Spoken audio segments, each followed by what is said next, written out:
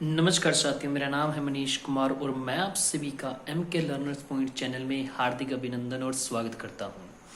तो साथियों, आज मैं आप सभी के लिए लेकर आया हूं सतीश चंद्र की जो पुस्तकें हैं उनका हम रिव्यू करेंगे, उनको हम समीक्षा करेंगे उनकी, और देखेंगे कि ये पुस्तकें हमारे लिए किस प्रकार से एग्ज़ाम में हमारी मदद कर सकती हैं, और इनके बारे में हम कुछ जानेंगे ताकि हम इस जो पुस्तक है उसको लेने से पहले हमें पता हो कि हमें इस पुस्तक का जो यूज़ करना है वो हमारे लिए कितना फ़ायदेमंद रहेगा।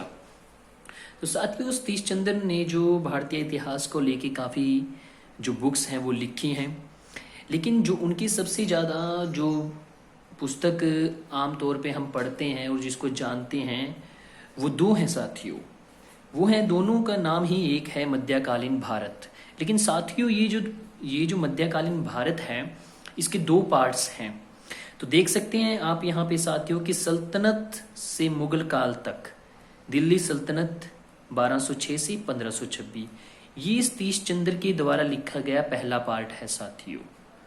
और जो ये बुक है, इस बुक को पहली बार जो पब्लिश किया गया था ये 2000 में पब्लिश हुई थी साथियों। इसका जो पहला एडिशन है वो 2000 में आया था और इसका प्राइस आप देख सकते हो यहाँ पे 269 रुपीज है, लेकिन ये आपको काफी कम में पड़ जाएगी, 220 रुपए तक की आपको ये पड़ जाएगा ये पार्ट।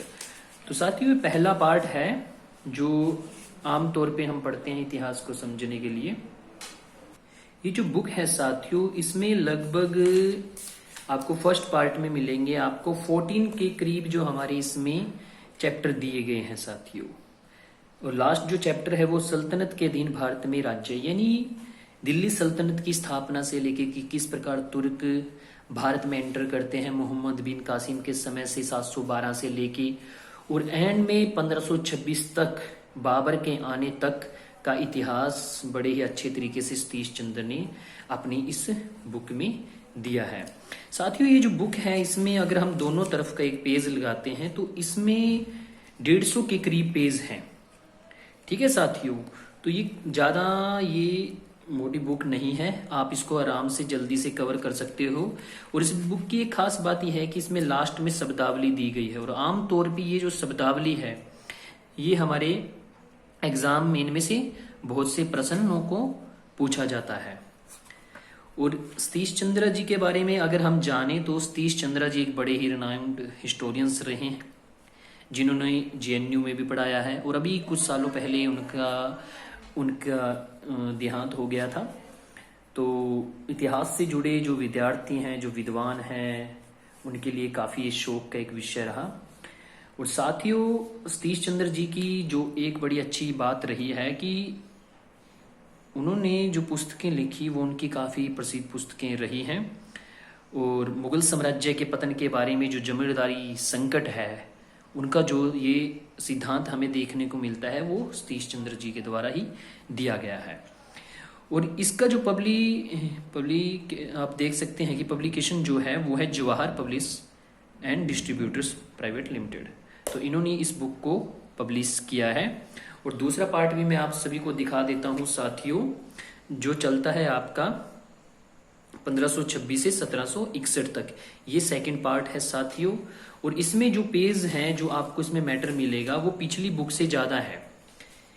और यहाँ पे आप देख सकते हो साथियों कि ये मध्य एशिया की राजनीति और बाबर का भारत की ओर बढ़ना से ये पुस्तक स्टार्ट हो जाती है। और इसमें 17 के करीब चैप्टर हैं, और लास्ट में जो आपने देखा तो उसमें 14 चैप्टर थे आपकी बुक में।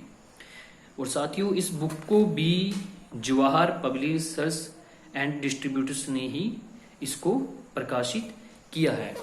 अगर हम साथियों इस बुक के कंटेंट की बात करते हैं कि इस बुक का कंटेंट किस प्रकार का है, तो सतीश चंद्र जी ने बड़े ही सरल से शब्दों में, बड़ी ही आसान भाषा में इस पुस्तक को लिखा है। आपने देखा होगा कि कई बार लैंग्वेज पुस्तक कितनी टफ होती है कि हमें समझने में बड़ी ही दिक्कत हो जाती है, ठीक है साथियों। लेकिन सतीश चंद्र जी ने इस प्रकार से, हमने उनके इतिहास को जब पढ़ते हैं तो कहीं भी एक पक्षपात पूर्ण हमें बिहेव देखने को नहीं मिलता है उनका। उन्होंने एक बड़े ही निष्पक्ष तरीके से एक इतिहास को लिखने का प्रयास किया है और उन्होंने बताया है कि किस प्रकार से दिल्ली सल्तनत की स्थापना से लेकर मुगल साम्राज्य के पतन और मराठा साम्राज्य के उदय होने तक की जो पूरी एक तार्किक तौर से हमें इतिहास को जानने का मौका मिलता है। तो साथियों, अगर हमें इतिहास को अच्छे से समझना है और नेट का जो हमारा पेपर है उसमें अच्छे मार्क्स लाने हैं, तो हमें मेडिवल हिस्ट्री की नॉलेज के लिए हमें सतीश चंद्र की इस पुस्तक को जरूर पढ़ना चाहिए। और अगर आप इससे पहले सतीश चंद्र की एनसीईआरटी को अगर पढ़ते हैं तो वो भी आपके लिए बड़ी ही सही रहेगी। तो साथियों, अगर आपको आज हमारा सतीश चंद्र की ये जो बुक है इसका जो रिव्यू अच्छा लगा है, अगर आपको हमारा वीडियो अच्छा लगा है तो हमारी वीडियो को लाइक जरूर करें और साथियों आप कमेंट जरूर करें कि आने वाले टाइम में आप किन टॉपिक के हिस्ट्री की वीडियोस चाहते हो, हम आपके लिए वो वीडियोस जरूर बनाएंगे। ठीक है साथियों, और आने वाले समय में हम आपके लिए भी कुछ दिनों के अंदर जो हिस्टोरियोग्राफी से रिलेटेड वीडियोस हैं, आपने देखा होगा कि साथियों हिस्टोरियोग्राफी से रिलेटेड वीडियोस काफ़ी कम मिलती हैं, तो वो हम आपके लिए ला रहे हैं। ठीक है साथियों, और इसी के साथ साथ जो +1 और +2 के एनसीईआरटी है, ठीक है साथियों, वो भी हम जल्दी ही शुरू करने वाले हैं। तो हमारे चैनल को साथियों जितना ज़्यादा से ज़्यादा हो सके उसको शेयर करें और सब्सक्राइब करना न भूलें। आप सभी ने हमारा वीडियो देखा, थैंक यू दोस्तों।